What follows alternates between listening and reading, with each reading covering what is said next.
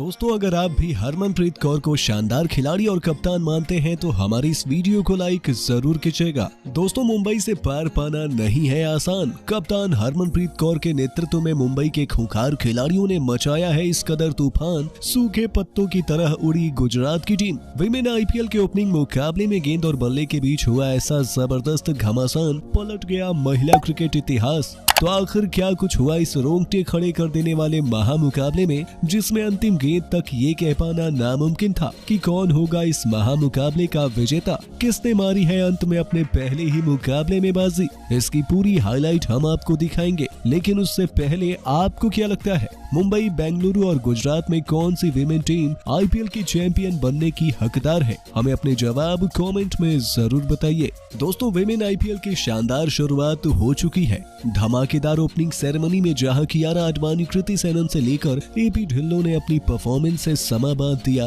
तो फिर खिलाड़ियों का जोश तो देखते ही बन रहा था। मुंबई के कप्तान हरमनप्रीत कौर के सामने जब गुजरात की कप्तान बेथ मुनी टॉस के लिए आई, तब सिक्का गुजरात के पक्ष में गिरा और उन्होंने इससे पहले मुकाबले में गेंदबाजी चुनी। पूरा स्टेडियम खचाखच भरा हुआ था। सभी इस मुकाबले के लिए बेहद उत्साहित थे। मुंबई इंडियंस के लिए रनों की बरसात करने के इरादे से यस्तिका भाटिया के साथ वेस्टइंडीज की धाकड़ खिलाड़ी हेली मैथ्यूज मैदान में उतरती हैं और हेली मैथ्यूज ने उनकी खुशी को दोगुना करते हुए 2 गेंदों पर पहले खौफनाक छक्का और उसके बाद चौका जड़कर गुजरात के पसीने छुड़ा दिए। केवल 2 गेंदों में ही फैंस का पूरा पैसा वसूल हो गया था। उन्हें देखकर ऐसा लग रहा था कि आज वो तबाही मचाने के इरादे से मैदान में उतरी हैं। लेकिन दूसरे छोर से गुजरात ने बहुत जल्द मुंबई को 440 वोल्ट का झटका दिया। जी हाँ दोस्तों, आपको बता दें, यस्तिका भाटिया को आउट कर तनुजा कंवर ने अपनी टीम को बहुत जल्द पहली सफलता दिला दी थी और यस्तिका भाटिया 8 गेंदों पर केवल 1 रन बनाकर पवेलियन लौट गई। उनके आउट होने के बाद बल्लेबाजी करने आती है इंग्लैंड की तूफानी बल्लेबाज नेट सीवर और आतिशबाजी का दौर कहां रुकने वाला था। नेट ने भी आते ही अपने हाथ खोलने शुरू कर दिए। पावर प्ले के अंतिम ओवर में दोनों खिलाड़ियों ने 2 चौके बटोरकर 6 ओवरों में ही मुंबई को 44 रनों के पार पहुंचा दिया था। हालांकि उसके बाद नेट ज्यादा कुछ नहीं कर पाई और 18 गेंदों में केवल 23 रन बनाकर पवेलियन लौट गई। तो वहीं उनके आउट होने के थोड़ी देर बाद हेली मैथ्यूज भी उनकी एक आतिशी पारी खेलकर पवेलियन की शोभा बढ़ाने लौट जाती हैं। उन्होंने 31 गेंदों में 4 तूफानी छक्के और 3 चौके की बदौलत 47 रन बनाए। उन्हें गार्डिनर ने क्लीन बोल्ड कर अपनी टीम की वापसी कराई। लेकिन दोस्तों, उसके बाद मैदान में उतरी कप्तान हरमनप्रीत कौर का कोहराम कुछ इस कदर आया कि उनकी आंधी में सभी गेंदबाज सूखे पत्तों की तरह उड़ गए। देखते ही देखते हरमनप्रीत कौर ने लगातार 7 गेंदों पर 7 चौके ठोककर अपने ऐतिहासिक अर्धशतक को अंजाम दे दिया था। महज 22 गेंदों पर उन्होंने 11 चौके की बदौलत अपना तूफानी अर्धशतक पूरा किया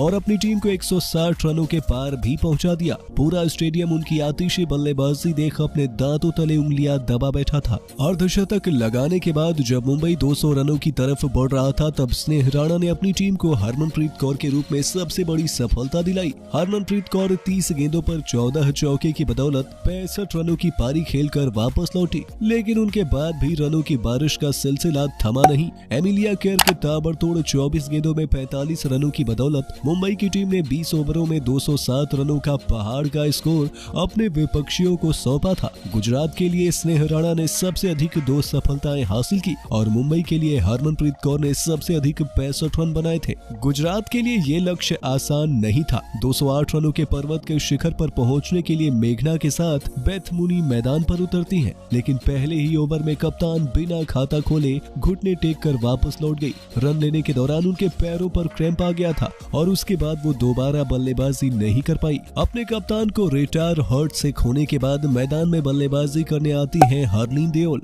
लेकिन वो भी अपनी टीम के लिए कुछ भी काम नहीं आ पाई। पहले ही ओवर की अंतिम गेंद पर वो बड़ा शॉट खेलने के प्रयास में हरलीन भी बाउंड्री पर कैच आउट होकर पवेलियन की शोभा बढ़ाने लौट गई। टीम का स्कोर पहले ओवर में केवल 1 रन था और उनके 2 बल्लेबाज पवेलियन लौट चुके थे। नेट सीवर ने हरलीन को आउट कर गुजरात की कमर तोड़ दी थी। मुंबई का खेमा तो जश्न मना रहा रहा था। वहीं पूरे स्टेडियम में मिला जुला सा माहौल था। लेकिन दोस्तों मुंबई के इरादे तो कुछ और ही थे। दूसरे ही ओवर में गेंदबाजी करने आई वांग ने गुजरात की टीम की सबसे बड़ी बल्लेबाज गार्डनर को खाता खोलने का भी मौका नहीं दिया और पहली ही गेंद पर उन्हें अपने जाल में फंसाकर उन्होंने गुजरात की धज्जियां उड़ा दी। गुजरात को तो भरोसा ही नहीं हुआ कि आखिर उनके साथ ये हुआ कैसे। लेकिन मात्र 3 रनों पर उनके 3 बल्लेबाज अपने घुटने टेक गए थे। अब मैदान पर मेघना के साथ सदरलैंड पर अपनी टीम को संभालने की बड़ी जिम्मेदारी थी। लेकिन मुंबई के गेंदबाजों का तूफान इस कदर आया कि कोई भी खिलाड़ी मैदान में केवल दर्शन देने आ रहा था। पारी के तीसरे ओवर में नेट सेवर ने मेघना को भी केवल 2 रनों पर क्लीन बोल्ड कर मुंबई की जीत को सुनिश्चित कर दिया था।